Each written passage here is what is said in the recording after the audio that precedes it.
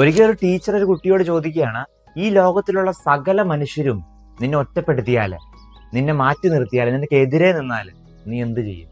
ഒട്ടും മടിക്കാതെ അവൻ ഉത്തരം പറയാണ്, ഞാൻ തിരിഞ്ഞു നിന്ന് ഒരു സെൽഫി എടുക്കുമെന്ന്.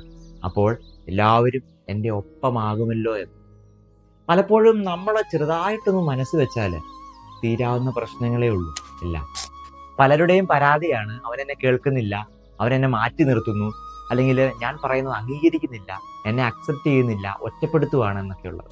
ഇന്നത്തെ സുവിശേഷത്തിലും ശിഷ്യന്മാർ ഈശോയോട് പരാതി പറയുകയാണ്, അവര് ഞങ്ങൾ പറയുന്നത് കേൾക്കുന്നില്ല, നമ്മുടെ പുറകെ വരുന്നില്ല, അവരെ ഞങ്ങൾ തടഞ്ഞു. ഈശോ പറയണം, അവരെ തടയണ്ട.